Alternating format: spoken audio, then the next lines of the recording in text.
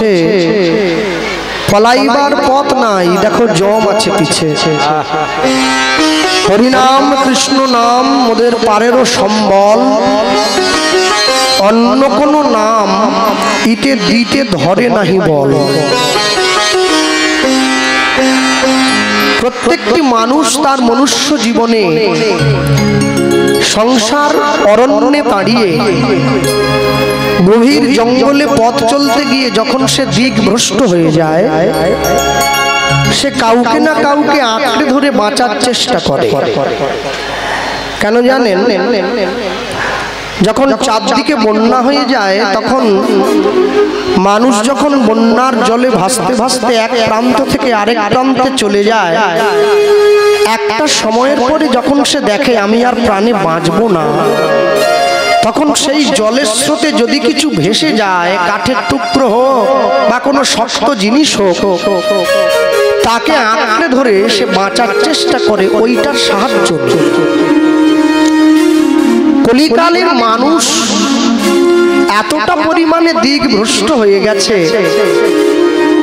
সংসার সমুদ্রে ভাসতে ভাসতে জীব আজকে সমুদ্রের কুল কিনারা কিছু পায় না। তখন তার কর্তব্য হওয়া উচিত হরিনাম রূপী একটা ছোট্ট নৌকো যে সমুদ্রে ভেসে বেড়াচ্ছে, সেই নৌকোটাকে আশ্রয় করে নিজের জীবনটাকে ধারণ করা। কীর্তনের উদ্দেশ্য সবার আগে বুঝতে হবে। হ্যাঁ, এটা শুধু আমার জন্য নয়, পৃথিবীতে যারা আমরা কীর্তন গেয়ে থাকি আমাদের সবার জন্য। কীর্তনের উদ্দেশ্য যদি শুধুমাত্র দর্শক শ্রোতাদের মনোরঞ্জন করা হয়, তাহলে আমি বলবো আমি এখনো নির্দিষ্ট লক্ষ্যে পৌঁছাতে সক্ষম হইনি, এখনো বাকি আছে অনেক।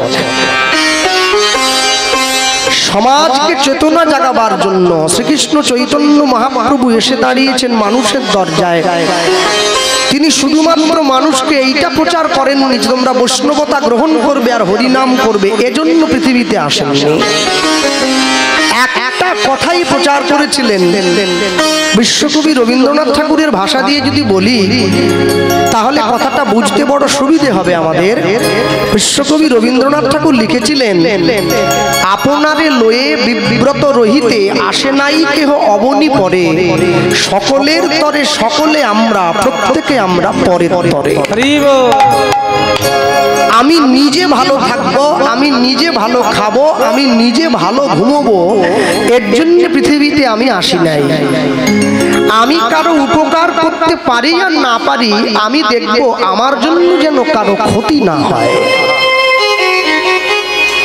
আমার বাবা বলতেন, জীবনে যদি ভক্ত হতে চাও আগে ভদ্র হয়ে যাও বাবা।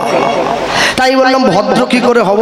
এই তো গলায় মালা নিয়েছি, কপালে তিলক নিয়েছি, গুরু দীক্ষা নিলাম, নিরামিষ সেবা করছি, ভগবানকে ভোগ দিচ্ছি, আর কিভাবে? বলে না না, এটা ভদ্রতা হলো না। তাহলে ভদ্র কোনটা? বলে তুমি যখন রাস্তা দিয়ে জপের মালাটা হাতে নিয়ে চলে যাবে, তুমি যদি দেখতে পাও তোমাকে লোকে চারটে কটু কথা বলছে, কিন্তু তাদের কথা শুনে তোমার কোনো রাগ বা তোমার কোনো হিংসে হচ্ছে না, সেদিন তুমি জানবে তুমি ভদ্রতার প্রথম ধাপিতে পা দিয়েছো। ভদ্র হতে গেলে পয়সা লাগে না, ভদ্র হতে গেলে গাড়ি বাড়ি লাগে না। বিবেকানন্দ বলতেন, বড় লোক পরে হবে, আগে বড় মানুষ হয়ে দেখাও, তারপরে বড় লোক হবে। টাকা থাকলেই ধনী হয় না, ধন থাকিলে হয় না ধনী। কৃষ্ণ ধন যার নাইহি আয়, এই ধন কি করিবে তাহায়।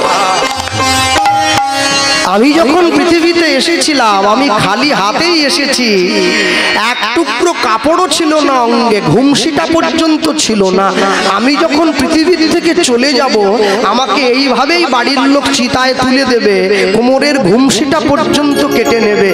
আমার নাতি, আমার ছেলে, আমার মেয়ে, আমার স্ত্রী, তারা কাঁদবে, হু হু করবে, বাবা কোথায় গেলে গো তুমি আমাদের ছেড়ে।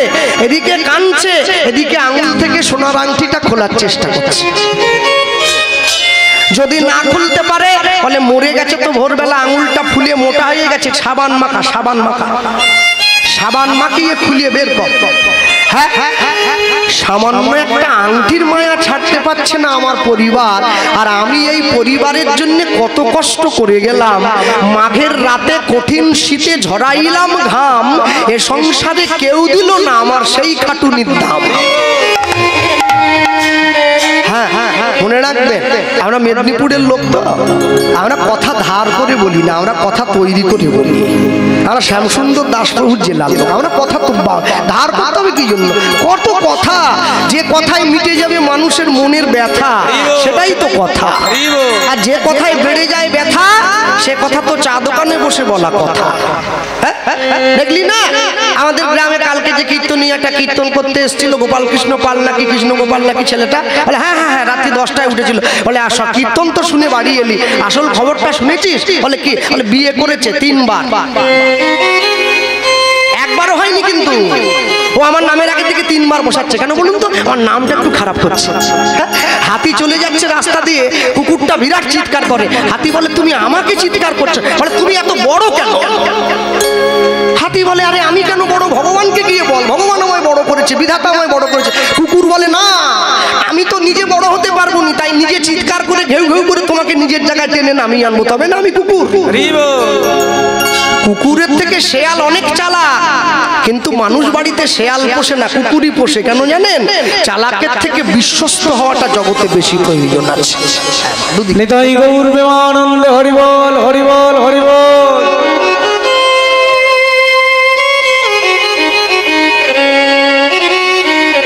আমি বলতে গিয়ে সবার আগে বলবো, তারা বসে আছেন এই জায়গায়, যদিও আসরের সময়টা উলুধ্বনি। নিতাই গৌর প্রেমানন্দে হরি বল হরি বল হরি বল।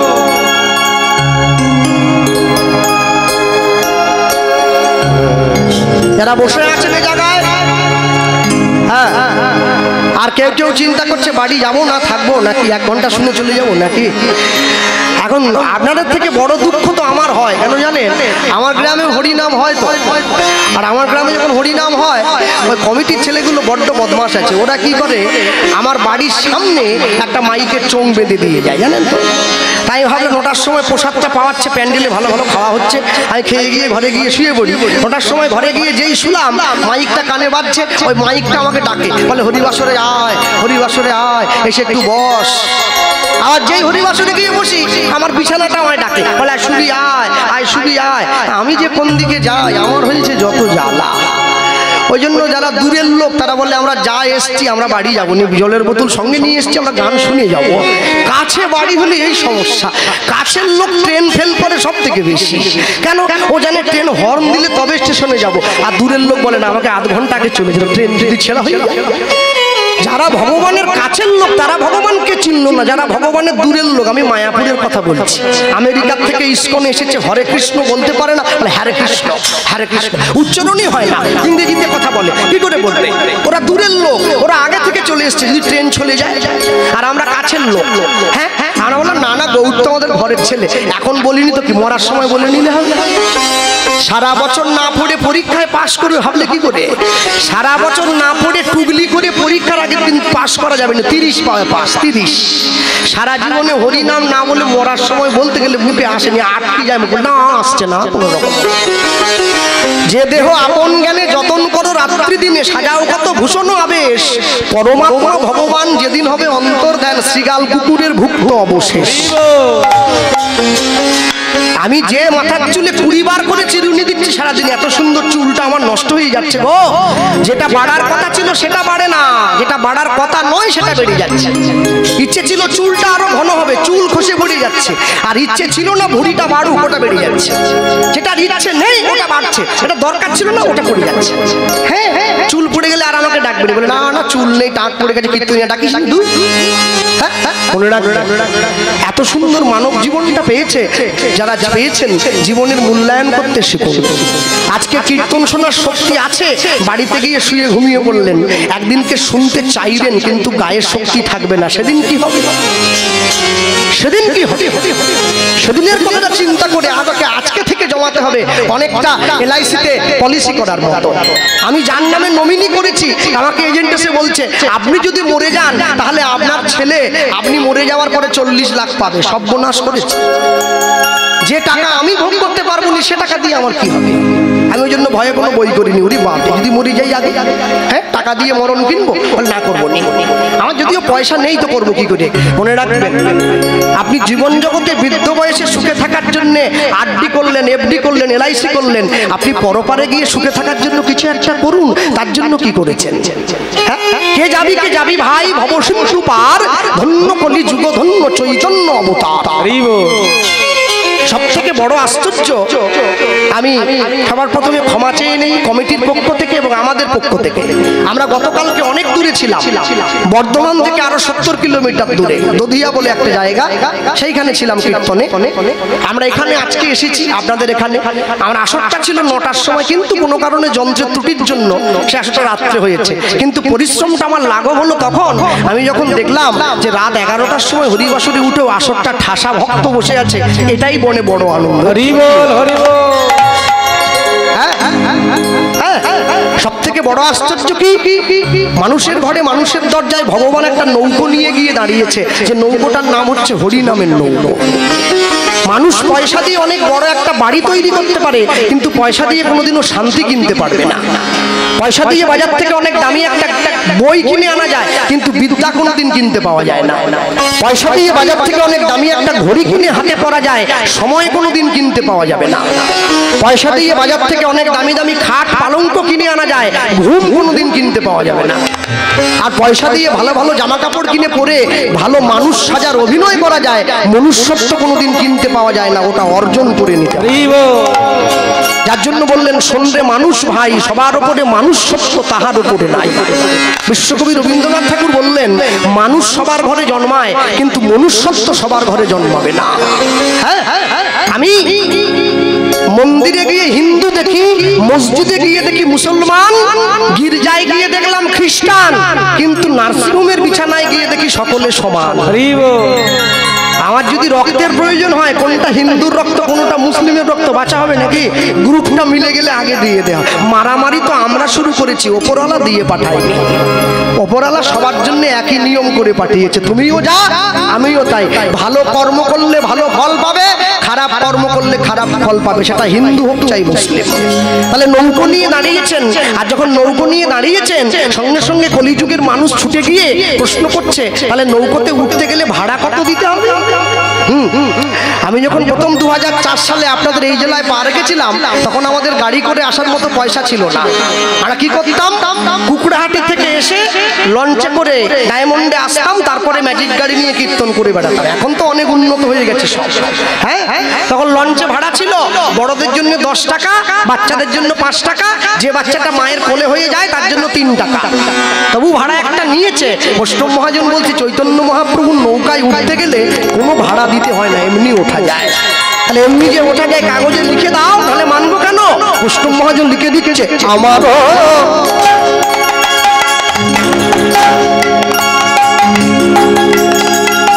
চৈতন্য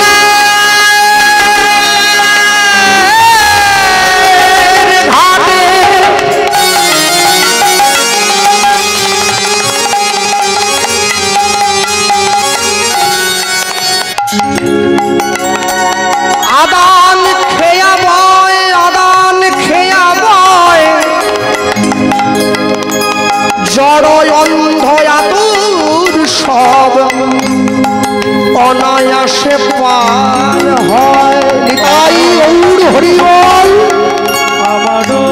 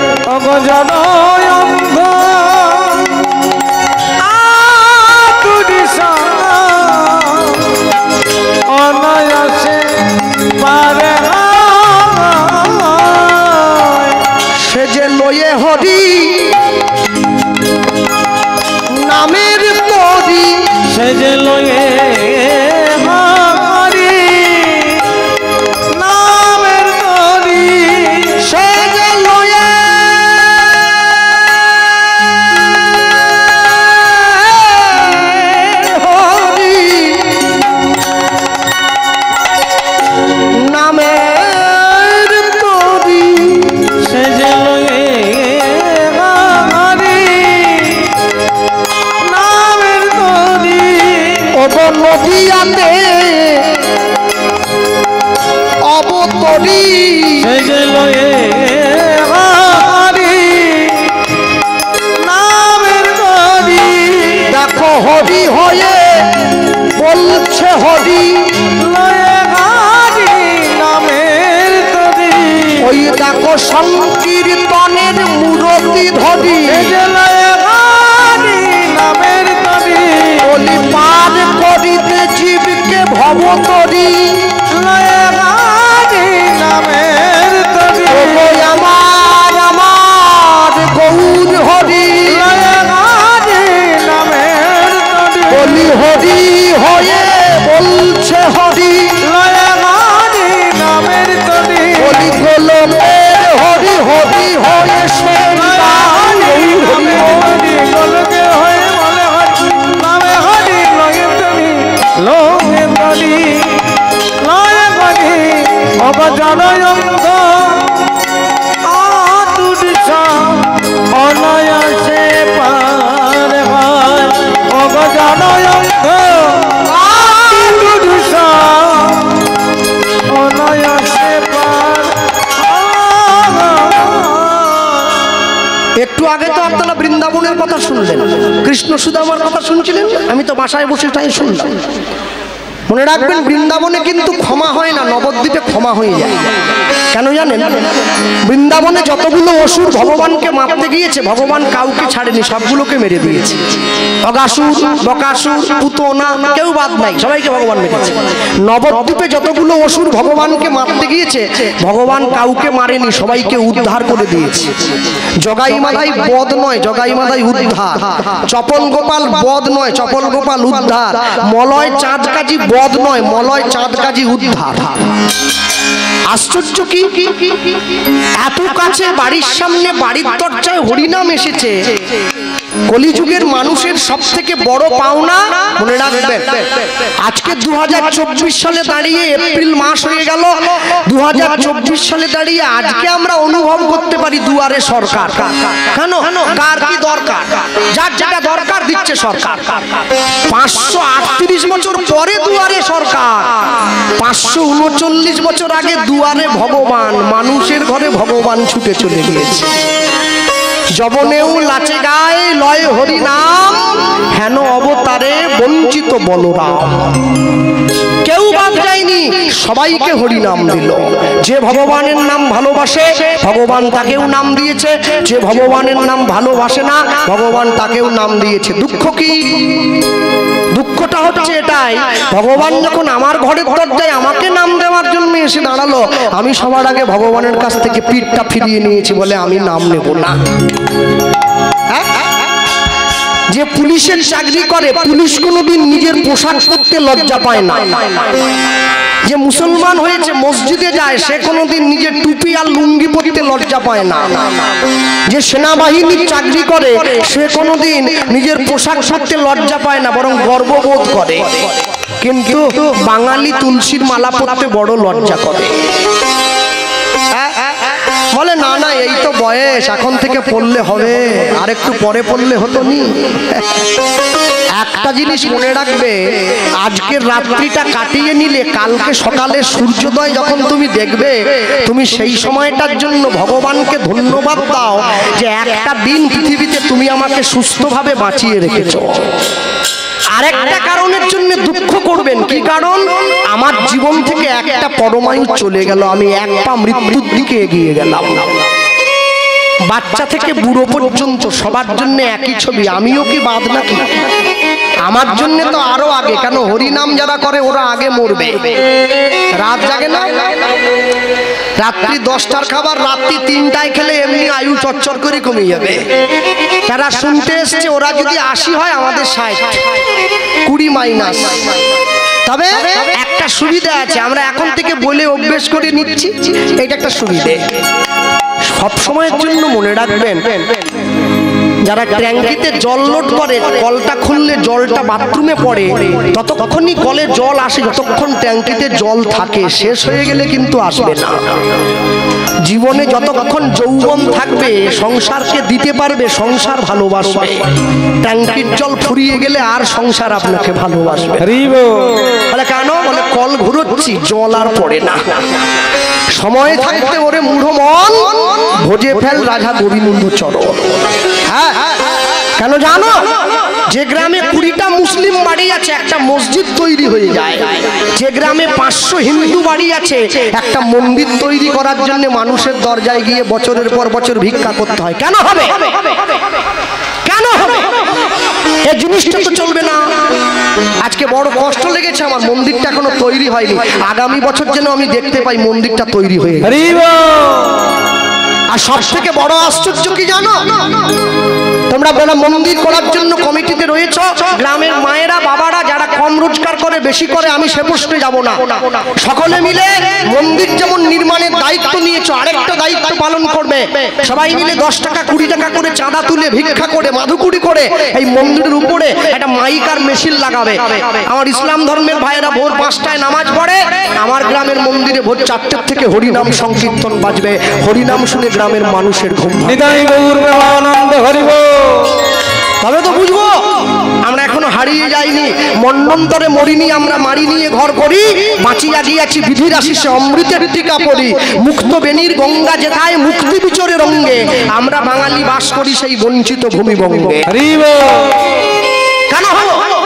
কেন মানুষের কাছে আমাদের ছুটে যেতে হবে? ভাই আমাদের মন্দির হবে, 10টা টাকা দেন না, 50 টাকা, কেন ছুটে যাবে? নিজের ইচ্ছায় এসে দেবে। এরা ব্যাংকে টাকা জমিয়েছো বুড়ো বয়সে বসে খাবে বলে, ব্যাংক কি তোমার বাড়িতে এসেছিল টাকা রাখো রাখো করে? তুমি সকালবেলা ঘুম থেকে উঠে না খেয়ে না দিয়ে ব্যাংকে চলে গিয়েছো পয়সা রাখবে, বুড়ো বয়সে খাবে। এই জীবনে বসে খাওয়ার জন্য পয়সা রাখলে জন্মিলে মরিতে হবে, অমরকে কথা কবে? মানুষ অমর হয় তার কর্মগুণে। এমন কিছু একটা করে যাবে তোমার মৃত্যুর পরে, কেউ ভুলে গেলেও গ্রামের মানুষ তোমায় ভুলবে না। সত্যি একটা মানুষ ছিল যে আমাদের মন্দিরের জন্য কিছু একটা করে গেছে, মানুষে তোমার নাম। সব সময় মনে রাখবেন, পৃথিবীতে যত বড় সংস্থা হোক, যত জাতি হোক, তারা যদি তাদের ঐক্য হারিয়ে ফেলে, যদি একতা হারিয়ে ফেলে, জাতি কিন্তু বিনষ্ট হয়ে যাবে। খুব সাবধান, খুব সাবধান। একতা হারাবে না, কোনোদিনের জন্য একতা নষ্ট করবে না, এক হয়ে বাঁচবে, হাতে হাত ধরে বাঁচবে। একটা হিন্দু বিপদে পড়লে 10টা হিন্দু গিয়ে ঝাঁপিয়ে পড়বে। কেন বিপদে পড়েছ? মোবাইলে ছবি তুলে ফেসবুকে দেবে না, এটা আমাদের কর্তব্য নয়। তুমি যদি অপরের জন্য কাঁদো, তুমি দেখবে ঈশ্বর তোমার জন্য কাঁদছে। আর দিন শেষে তুমি যে কর্ম করো না কেন, ঘরের দরজাটা বন্ধ করে দিয়ে 2 ফোঁটা চোখের জল তার চরণ তলে দিয়ে দিও। এটা তোমার জীবনের সর্বশ্রেষ্ঠ প্রাপ্তি। কেন জানো? সংসারের জন্য চোখের জল দিলে সংসার তোমায় ভালোবাসবে না। ভগবানের জন্য চোখের জল দিলে ভগবান শেষ জীবনে যেদিনকে তোমার যাওয়ার ডাক এসে যাবে, তোমার সম্মুখে এসে দাঁড়িয়ে থাকবে, হাত ধরে নিজের ঘরে নিয়ে যাচ্ছে। তাহলে নৌকা যে দাঁড়ালো, নৌকার মাঝিকে হরি নামে নৌকা খানি, সিঁদুর কান্দানি উলুধ্বনি, হরি নামে নৌকা খানি, সিঁদুর কান্দানি, হরি নামের নৌকা খানি, সিঁদুর কান্দানি, হরি নামে নৌকা খানি, শ্রী গুরু কান্দানি। সংকীর্তন করা বলো দুবাহু প্রসাদী, তাই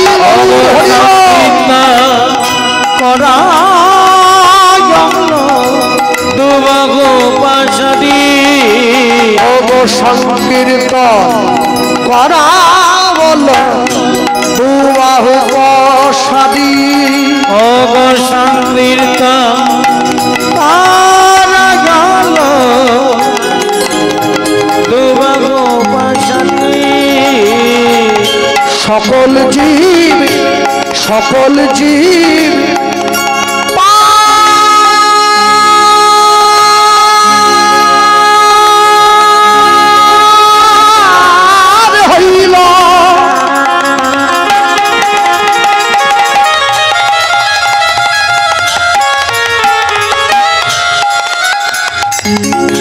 সকল জীব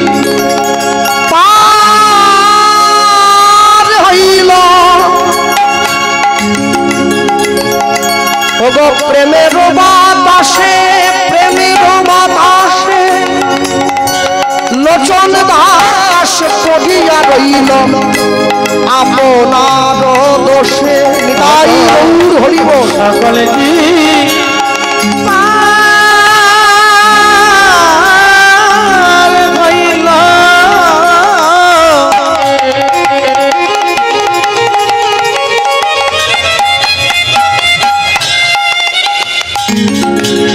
প্রেমের বাতাসে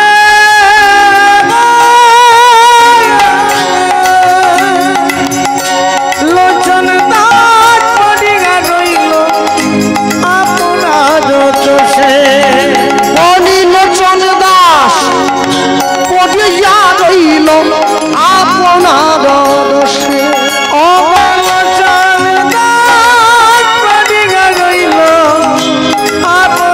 দোষে। বলি এক মুখে বলতে নারী, মুখে বলতে নারী, বলি আমার মহাপ্রভুর লীলা মাধুরী। মুখে বলিতে নারী, আমার নিতাই গৌরের প্রেম লহরী। মুখে বলিতে নারী, আমি যতবার বলি ততবার হারি। বলি যাই রে প্রেমের বলিহারি, বলিতে নারী, আমি যতবার বলি ততবার হারি।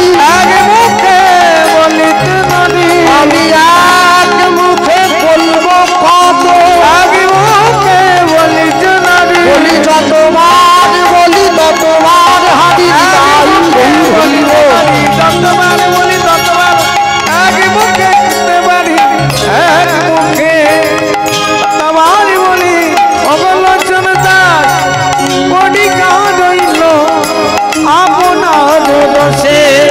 অবলোচন দাস পড়িয়া রইল আপনার দোষে। যত জোরে গরম পড়েছে, গরমের জন্য আমি যত না জ্বলছি, আমি তুলসীর মালা গলায় পড়েছি দেখে কিছু লোক আমায় দেখে আরো বেশি জ্বলতেছে। আমি পড়লাম মালা, বেরিয়ে গেল ওদের জ্বালা। ওরে মালা তো আমি পড়ছি, শুধু জ্বালা কিসে? হ্যাঁ, লোকে আবার আমাকে বলে গোপাল এখন ভক্ত হয়েছে, কি চোর হলে ভালো হইতো?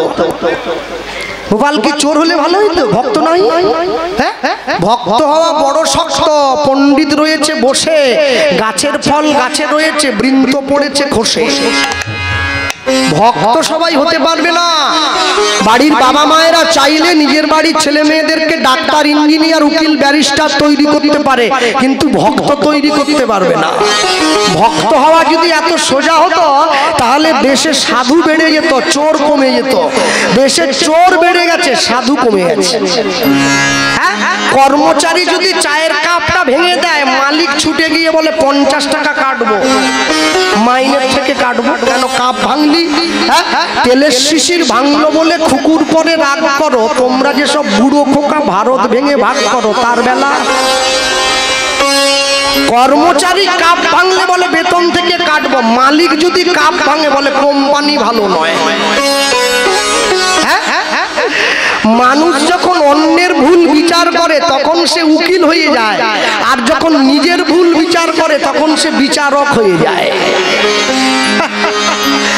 বড় একটা লোহার হাতুড়ি দিয়ে সোনার টুকরোটাকে হাতুড়ি দিয়ে মারলে সোনাটা থেতলে যায়, তাহলে লোহার গায়ে জোর বেশি, লোহাটা সোনাটাকে থেতলে দিয়েছে। আচ্ছা বলুন তো, সোনাটা যদি থেতলে যায় সোনার দাম কি কমে যায়?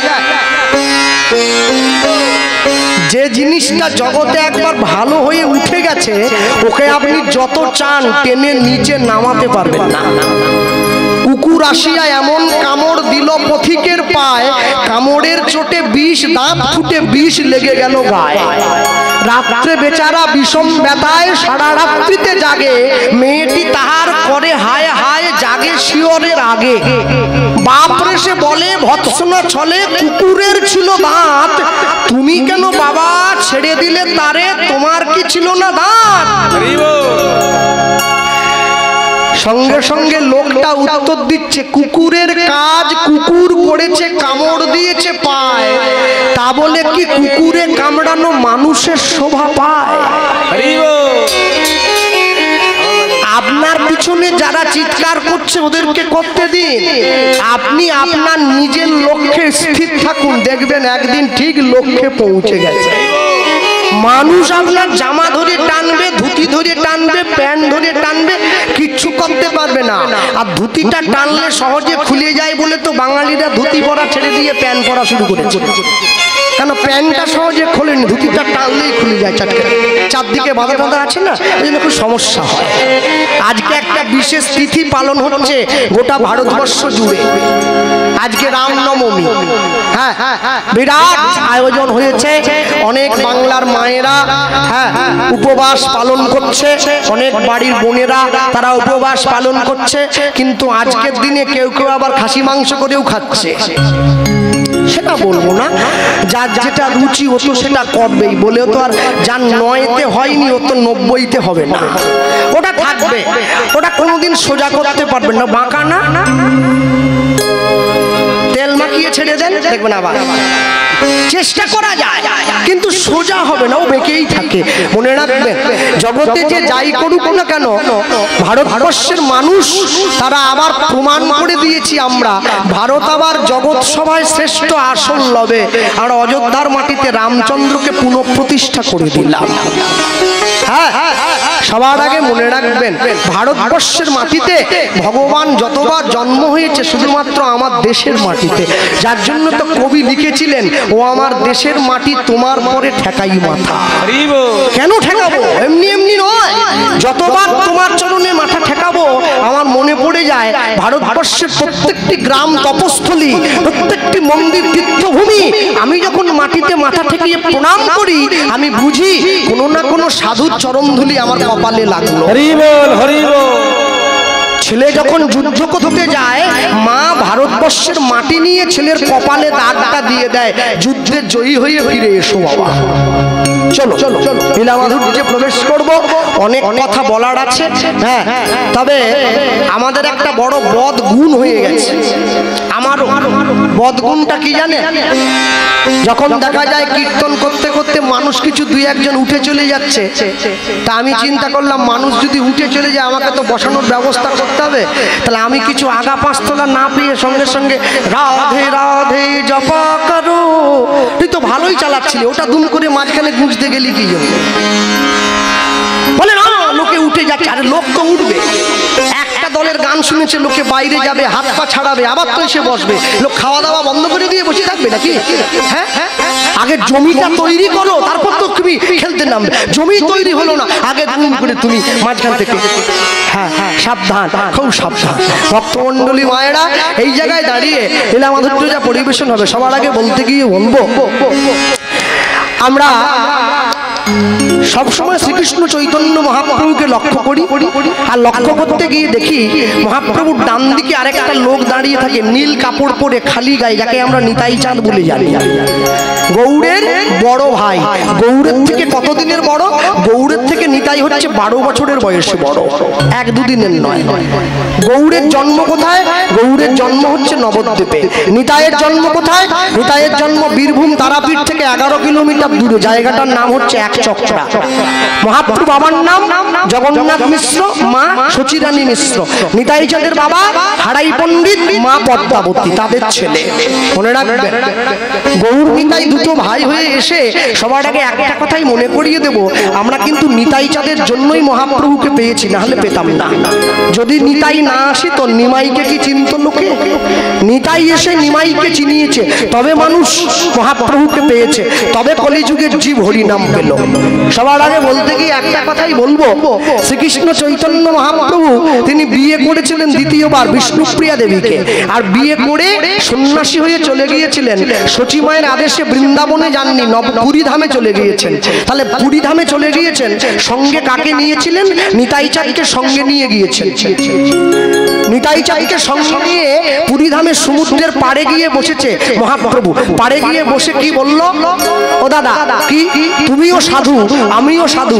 দাদা বলো তো, আমরা দুই ভাই যদি সাধু হয়ে যাই, বাংলার মানুষকে হরিনাম দেবে কে? হ্যাঁ, বাংলার মানুষ তো এমনি হরিনাম নেয় না, তারপর আবার সাধু হতে যদি হয়, কেউ তো হরিনাম নেবেই না। নিতাই চাঁদ বলে উঠছে, তুই আমাকে কি করতে বলছিস? বলে, আমি তোমাকে একটা কাজই করতে বলছি দাদা। কি কাজ জানো? তুমি বাংলায় ফিরে যাও, বাংলার মানুষকে হরিনাম দাও। আর শোনো, নিতাই চাঁদকে যখনই মহাপ্রভু বললো হরিনাম দাও, নিতাই চাঁদ সঙ্গে সঙ্গে বেরিয়ে চলে যাচ্ছে। তাহলে আমি আসি ভাই? না না, বেরিয়ে চলে গেলে হবে না তো, আমার কথা এখনো শেষ হয়নি। কি কথা আরো বাকি আছে? আছে তো কি? শুধু বাংলায় চলে গেলে হবে না, একটা বিয়ে করবে, বিয়ে করে সংসার করবে। আর শুধু সংসার করলে হবে না, ছেলে মেয়ের জন্ম দিতে হবে, তাদেরকে নিয়ে হরিনাম প্রচার করবে।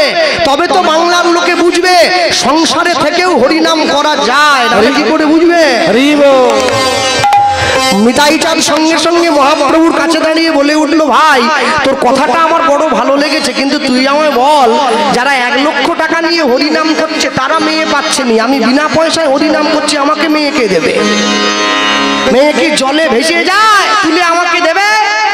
মহাপ্রভু বলে উঠছে, ভাবছো বসে চলবে কিসে, তুমি ভাববার কে? তোমার ভাবনা যিনি ভাবছেন তুমি ভাবো তাকে। মহাপ্রভুর আদেশে নিতাই চাঁদ পুনরায় বাংলায় ফিরে এলেন, বিয়ে করলেন, সংসার করেছেন, ছেলে মেয়েকে নিয়ে হরিনাম প্রচার করলেন। হরিবাসরে দাঁড়িয়ে, এই রাত্রিকালীন মধ্যাহ্নকালীন হরিবাসরে দাঁড়িয়ে আলোচ্য লীলা মাধুর্য শ্রীপাদ নিত্যানন্দের সংসার। আর ওই যে ফিরে আসছে, হাতটা ধরে নিয়েছে মহাপ্রভু, কি বলে উঠল, তুমি শোনো শোনো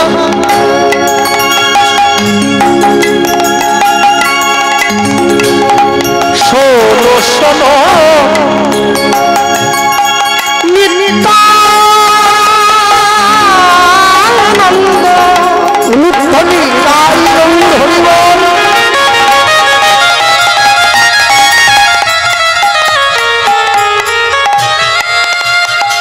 এই কলির জীব, এই কলির জীব সব জন্ম অন্ধ।